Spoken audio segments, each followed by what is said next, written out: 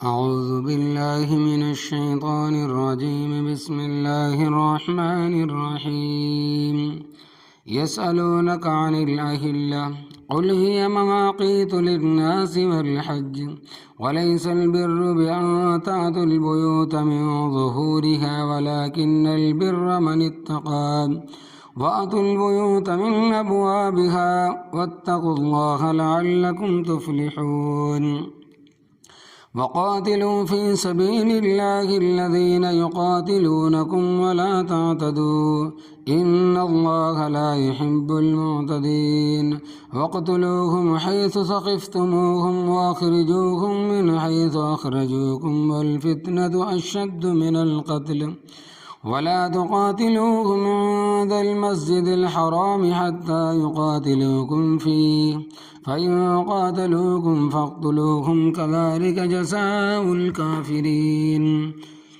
فإن انتهوا فإن الله غفور رحيم. وقاتلوهم حتى لا تكون فتنة ويكون الدين لله فإن انتهوا فلا عدوان إلا على الظالمين. لفظی ترجمہ: یسألون کا سوال کرتے ہیں تجھ سے، عن الاہلہ چاندوں کے بارے میں۔ قل کہہ دے، ہیا یہ جو چاند ہے، مواقیت للناس لوگوں کے وقت پہچاننے کے لیے ہے، والحج اور حج کے لیے، ولیس البر اور نہیں ہے نیکی، بأن تأتوا البیوت یہ کہ تم آؤ گھروں میں، من ظہورها ان کے عقب سے نقب لگا کر، ولیکن البر اور لیکن نیکی، من اتقى اس شخص کی ہے جو دوڑتا رہا، واتوا البیوت من ابوابها اور آؤ تم اپنے گھروں میں ان کے دروازوں سے، واتقوا اللہ اور اللہ تبارک و تعالیٰ سے ڈرو، لعلکم تفلحون تاکہ تم فلاح پاؤ، کامیاب ہو جاؤ، وقاتلوا اور لڑو، فی سبیل اللہ اللہ تبارک و تعالیٰ کی راستے میں، الذین ان لوگوں سے، یقاتلونکم جو تمہارے ساتھ لڑتے ہیں، ولا تعتدوا اور تم تجاوز نہ کرو، ان اللہ بے شک اللہ تبارک و تعالیٰ، لا یحب المعتدین نہیں محبت کرتا تجاوز کرنے والوں سے، وقتلوہم اور قتل کرو تم ان کو، حیث ثقفتموہم جس جگہ تم ان کو پاؤ، واخرجوہم اور نکالو تم ان کو، من حیث اخرجوکم جس جگہ سے انہوں نے تمہیں نکالا ہے، والفتنۃ اشد من القتل اور فتنہ زیادہ سخت ہے قتل سے، ولا تقاتلوہم اور نہ لڑو تم ان سے، عند المسجد الحرامی مسجد حرام کے پاس، حتی یقاتلوکم فیہ یہاں تک کہ وہ تم سے لڑے اس میں، فإن قاتلوکم پس اگر وہ لڑے تمہارے ساتھ، فاقتلوہم پس تم ان کو قتل کرو، کذالک جزاء الکافرین اسی طرح بدلہ ہے کافروں کا، فإن انتہوا پس اگر وہ کفر اور شرک سے باز آ جائیں، فإن اللہ غفور رحیم پس بے شک اللہ تبارک و تعالی بخشنے والا مہربان ہے، وقاتلوہم اور لڑو تم ان کے ساتھ، حتی لا تکون فتنہ یہاں تک کہ فتنہ باقی نہ رہے، ویکون الدین للہ اور ہو جائے دین اللہ تبارک و تعالیٰ کا، فإن انتہوا پس اگر وہ باز آ جائیں، فلا عدوان پس نہیں ہے زیادتی، الا علی الظالمین مگر ظالموں پر۔ نظام شمسی اور قمری دنیا میں دو قسم کے حساب چلتے ہیں، ایک شمسی اعتبار سے اور دوسرا قمری کے اعتبار سے۔ جو حساب قمری اعتبار سے ہوتا ہے، یعنی وہ جب نیا چاند نظر آتا مہینہ شروع ہو جاتا ہے، اور جب چاند ختم ہو جاتا ہے تو مہینہ بھی ختم ہو جاتا ہے، آگے نیا مہینہ شروع ہو جاتا ہے۔ دوسرا شمسی اعتبار سے، یعنی کہ سورج کے اعتبار سے، جیسے جنوری، فروری، مارچ وغیرہ لوگ اس سے حساب کرتے، اور ہندوؤں نے اپنے الگ مہینے بنائے ہوئے تھے، جیٹ، ہارڈ وغیرہ، اور ان کا بھی تعلق سورج کے ساتھ ہے۔ چاند جب پہلی رات نظر آتا ہے تو پہلی رات کے چاند کو ہلال کہتے ہیں، اور دوسرے دن کے چاند کو قمر کہتے ہیں، اور جب 13ویں، 14ویں، 15ویں کا ہو تو اس کو بدر کہتے ہیں۔ ان 3 راتوں کو چاند بڑا واضح ہو جاتا ہے اور اپنے عروج پر پہنچا ہوتا ہے۔ حضرت صلی اللہ علیہ وسلم سے لوگوں نے سوال کیا کہ حضرت یہ بتاؤ کہ چاند کبھی چھوٹا ہوتا ہے، کبھی بڑا ہوتا ہے، کبھی طلوع ہوتا ہے، کبھی غروب ہوتا ہے، یہ کیا چیز ہے؟ تو اس کے بارے میں رب تعالیٰ فرماتے ہیں کہ یسألونک عن الاہلہ، اہلہ ہلال کی جمع ہے اور ہلال کے معنی ہے چاند۔ یہ تم سے سوال کرتے ہیں ان چاندوں کے بارے میں کہ ہر مہینے چاند چڑھتا ہے، کبھی بڑا ہوتا ہے، کبھی چھوٹا ہوتا ہے، یہ کیا قصہ ہے؟ قل ہی مواقیت، میقات کی جمع ہے اور میقات اس آلے کو کہتے ہیں جس سے وقت کی شناخت ہو۔ یہ وقت کی شناخت کے آلات ہے، پہچاننے کے ذرائع ہے، یہ ان کے ذریعے سے وقت کی پہچان ہوتی ہے۔ للناسی، لوگوں کے واسطے، ان کے ذریعے لوگ عبادات کے وقت پہچانتے، مثلا روزہ ہے وہ بھی اس سے وابستہ ہے، جڑا ہوا ہے، اور حج کا ذکر تو صراحتاً موجود ہے، والحج، اور حج بھی اس کے ساتھ وابستہ ہے، جڑا ہوا ہے۔ اسی طرح عورتوں کی جو عدت ہے وہ بھی چاند سے وابستہ ہے، چاند کے حساب سے ہی لوگ اپنا لینا دینا کرتے ہیں۔ زکوٰۃ قمری حساب سے دینا چاہیے، یہ جو زکوٰۃ ہے سال کا وہ چاند کے حساب سے ہی دینا چاہیے۔ اسی طرح زکوٰۃ کی ادائیگی بھی چاند سے وابستہ ہے۔ بارہا میں نے یہ مسئلہ عرض کیا ہے کہ تم اپنی زکوٰۃ کا حساب چاند کے سال کے ساتھ کرو، کیونکہ جو دوسرا حساب ہے اس لحاظ سے 35-36 سالوں کے بعد چاند کا ایک سال بڑھ جاتا ہے، تو 70-72 سالوں میں چاند کے 2 سال بڑھ جائیں گے اور شمسی کم ہو جائیں گے۔ کئی اللہ تبارک و تعالیٰ کے نیک بندے معمر ایسے ہیں کہ ان کی عمر 90 سال ہے اور وہ باقاعدہ زکوٰۃ نکالتے ہیں، پس اگر وہ چاند کے اعتبار سے حساب کریں گے تو سال ضائع نہیں ہوگا، برباد نہیں ہوگا،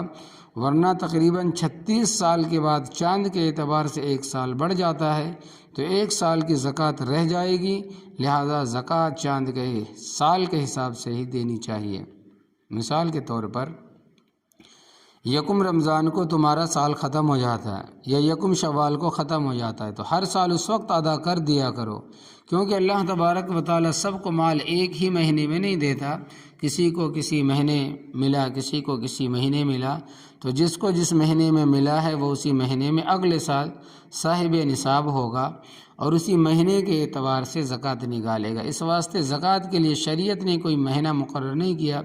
اس واسطے کہ مال کے ہاتھ لگنے کا کوئی وقت مقرر نہیں ہے۔ اس لیے مسئلہ یاد رکھو، جب اتنا مال تمہارے پاس آ جائے کہ جس کی مالیت 52.5 تولے چاندی بنتی ہو، جو اس وقت تقریباً 50 یا 60 ہزار بنتی ہے، اور اس شخص پر قرضہ بھی نہ ہو، گھر کی ضرورتیں بھی پوری ہو، اب یہ شخص صاحب نصاب ہو گیا، اس کو چاہیے کہ وہ تاریخ نوٹ کر کے فلاں مہینے کی فلاں تاریخ کو میرے پاس 52.5 تولے چاندی کی مالیت کی رقم ہو گئی ہے، تو آئندہ سال اسی تاریخ کو سال مکمل ہوگا، بس اسی وقت زکوٰۃ ادا کر دے۔ تو زکوٰۃ ادا کرنے کے لیے کوئی مہینہ شریعت کی طرف سے مقرر نہیں ہے، نہ رمضان کا، نہ رجب کا، نہ محرم کا، نہ ربیع الاول کا۔ جب سال گزر گیا سمجھو کہ زکوٰۃ فرض ہو گیا۔ تو فرمایا کہ یہ آپ سے سوال کرتے ہیں کہ عن الاہلہ، چاندوں کے بارے میں، یہ کبھی چھوٹا ہوتا ہے کبھی بڑا ہوتا ہے، یہ کیا قصہ، یہ ایسا کیوں ہوتا ہے؟ قل ہی مواقیت، آپ فرماتے ہیں کہ یہ وقت کی شناخت کے لیے، پہچان کے لیے ہے، للناسی، لوگوں کے لیے، اور حج بھی اسی کے ساتھ وابستہ ہے۔ جب ذی الحجہ کا چاند ہو تو حج کے دن آ گئے، 9ویں تاریخ کو عرفات میں پہنچنا ہے، 10ویں 11ویں 12ویں تاریخ کو رکن کا طواف کرنا ہے، طواف افاضہ، طواف زیارت کرنا ہے، تو یہ چیزیں چاند کے ساتھ وابستہ ہے۔ باقی جو نظام شمسی ہے اس کی تاریخوں کا علم تو ان کو یاد رہتا جو پکے حسابی ہیں، جن لوگوں نے گھڑیاں رکھی ہوتی ہے ان سے وقت معلوم کرتے، عام لوگ تو تاریخ کے لیے کیلنڈر اور ڈائریاں دیکھتے ہیں، گھڑی پر دیکھتے ہیں کہ آج کیا تاریخ ہے، اور چاند کے اعتبار سے حساب ہو تو ہر آدمی سمجھ سکتا ہے، برابر ہے کہ پڑھا ہوا ہے یا ان پڑھ ہے۔ زمانہ جاہلیت کی ایک رسم، پھر فرمایا کہ ولیس البر بِاعْتَاءِ الْبُیُوتِ مِنْ ظُہُورِهَا، زمانہ جاہلیت میں لوگوں کا یہ دستور تھا کہ جب احرام باندھ کر گھر سے چل پڑے اور رقم بھول گئی یا کوئی ضروری چیز کپڑا وغیرہ بھول گئے، کچھ سفر کرنے کے بعد یاد آیا فلاں ضروری چیز بھول آیا ہوں، یاد آ گئی، لینے کے لیے واپس آئے اور احرام بھی باندھا ہو، تو اب وہ گھر میں دروازے سے داخل نہیں ہوتے تھے، کہتے تھے کہ ہم نے احرام باندھنے کے بعد ابھی تک طواف نہیں کیا تو ان دروازوں سے ہم کس طرح داخل ہوں؟ تو پھر وہ اس طرح کرتے کہ چوروں کی طرح عقبی جانب سے دیوار توڑ کر داخل ہوتے تھے اور اپنا سامان لے لیتے اور چلے جاتے تھے۔ اب دیکھو کہ رب نے عقل دی ہے، آدمی سوچے کہ اس کا فائدہ کیا ہے۔ بھئی تم انسان ہو، بھول گئے ہو، دروازے سے داخل ہو، اپنی چیز اٹھا لو، سفر پر پھر روانہ ہو جاؤ۔ یہ کیا مسئلہ ہے کہ میں نے احرام باندھا ہے اور ابھی تک طواف نہیں کیا، لہذا دروازے سے اگر داخل ہوا تو گنہگار ہو جاؤں گا، اور اگر کوئی دروازے سے داخل ہوتا تو اس کو وہ برا سمجھتے تھے۔ چنانچہ اسی طرح ایک واقعہ پیش آیا کہ ایک صحابی کوئی چیز بھول گئے۔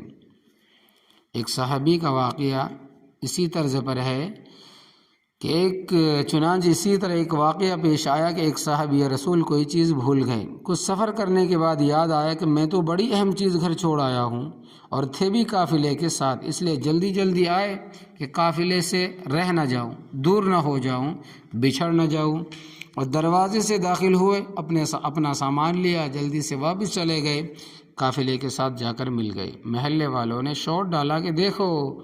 عقبی جانب سے نہیں آیا، دروازے سے آیا ہے اور دروازے سے نکل گیا ہے۔ تو اس پر اللہ تبارک و تعالیٰ نے فرمایا کہ وَلَيْسَ الْبِرُّ، اور نہیں ہے نیکی، بِأَن تَأْتُوا الْبُيُوتَ مِن ظُهُورِهَا، یہ کہ تم گھر میں عقبی جانب سے سوراخ کر کے آؤ، یعنی کہ دروازے کی دوسری جانب سے دروازہ توڑ کر آؤ، سوراخ کر کے آؤ۔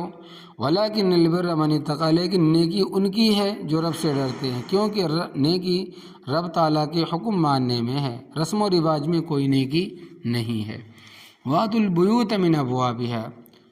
اور اپنے گھروں میں دروازوں سے آؤ، وَاتَّقُوا اللَّهَ، اور اللہ تبارک و تعالیٰ سے ڈرو،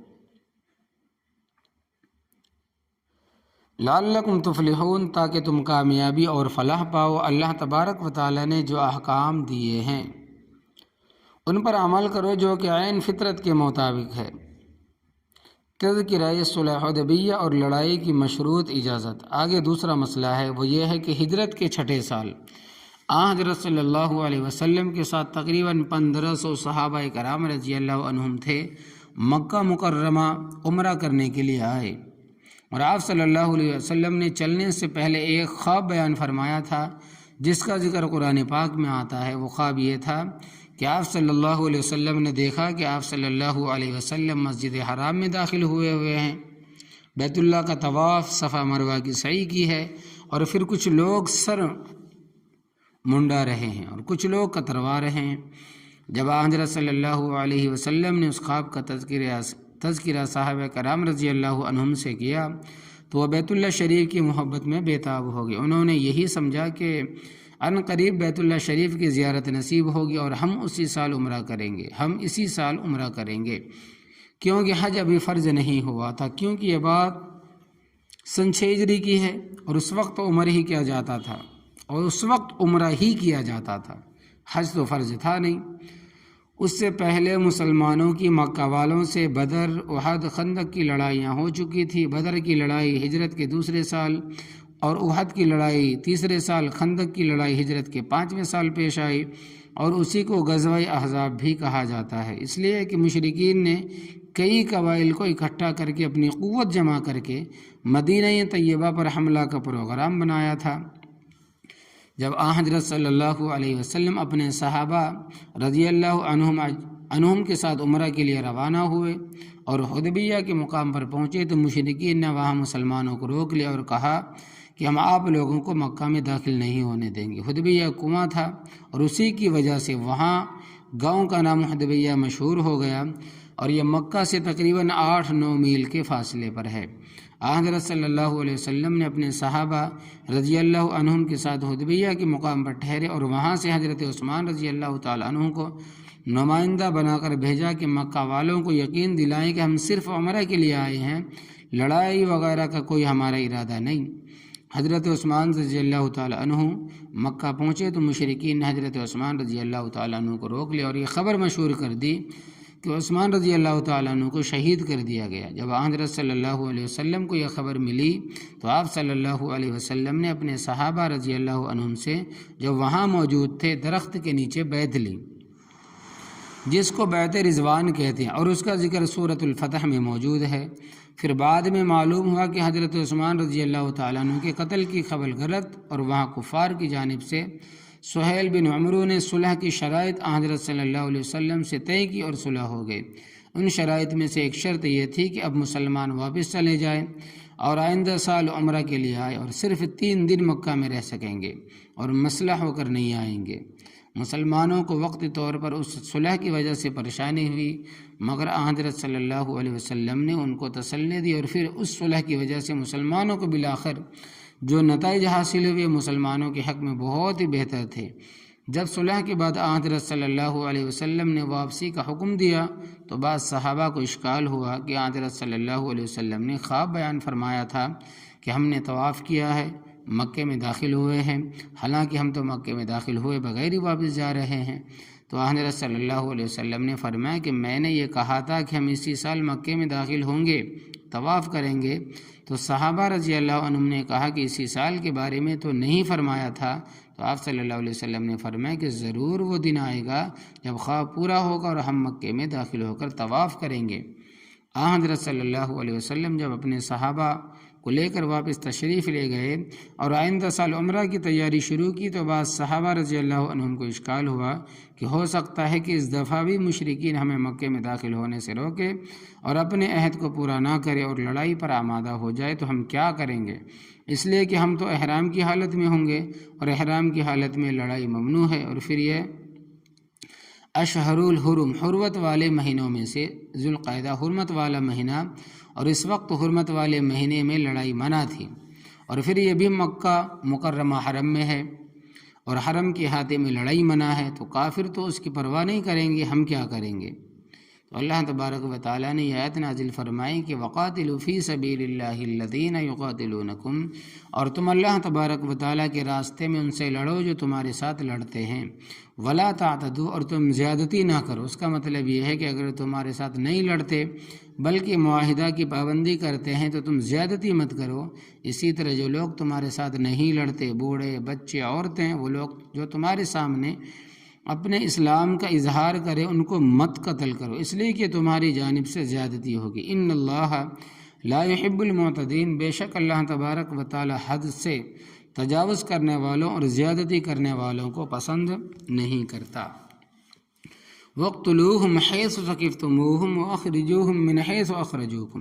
اور تم جہاں بھی ان کو پاؤ ان کو قتل کرو، ان کو وہاں سے نکالو جہاں سے انہوں نے تمہیں نکالا ہے۔ اس میں مسلمانوں کی اشکال کو رفع کر دیا گیا کہ اگر کفار تمہارے ساتھ کیے گئے معاہدے کی پابندی نہ کرے اور لڑائی پر آمادہ ہو جائے تو تمہیں کوئی فکر نہیں کرنی چاہیے۔ حرم کا رقبہ ہے، یہ حرمت والا مہینہ ہے اور احرام کی حالت ہے، بلکہ تمہیں اجازت ہے کہ ایسی حالت میں تم ان کو جہاں پاؤ قتل کرو، خواہ حرم میں ہو یا حرم سے باہر ہو، ہر حالت میں اجازت ہے۔ اور انہوں نے تمہیں مکے سے نکالا، ایسے حالات پیدا کر دیے کہ تم ہجرت پر مجبور ہو گئے، اس لیے تمہیں بھی اجازت ہے کہ ان کو وہاں سے نکالو جہاں سے انہوں نے تمہیں نکالا ہے۔ فتنے سے مراد شرک، والفتنۃ اشد من القتل، اور فتنہ تو قتل سے بھی زیادہ سخت ہے۔ تفسیر روح المعانی اور مظہری وغیرہ میں فتنے سے مراد شرک ہے، یعنی جب وہ حرم کے رقبے میں بیت اللہ کے ارد گرد شرک سے باز نہیں آتے تو ان کا جرم زیادہ ہے، ان کو قتل کرنا تو اس کے مقابلے میں کچھ بھی نہیں، اس لیے تمہیں اس سے لڑنے میں کوئی تعامل نہیں ہونا چاہیے۔ وَلَا تُقَاتِلُوهُمْ عِندَ الْمَسْجِدِ الْحَرَامِ حَتَّى يُقَاتِلُوكُمْ فِيهِ، اور نہ لڑو تم ان کے ساتھ مسجد حرام کے پاس یہاں تک کہ وہ لڑے تمہارے ساتھ اس میں۔ مومنوں کو منع کیا گیا کہ مسجد حرام کے پاس کفار سے لڑنے میں ابتدا نہ کرو، البتہ اگر وہ حرم کے رقبے کی پرواہ کیے بغیر تم سے لڑے تو تم بھی ان کے ساتھ لڑ سکتے ہو۔ فَإِنْ قَاتَلُوكُمْ فَاقْتُلُوهُمْ، پس اگر وہ تمہارے ساتھ لڑے تو تم بھی ان کے ساتھ لڑو۔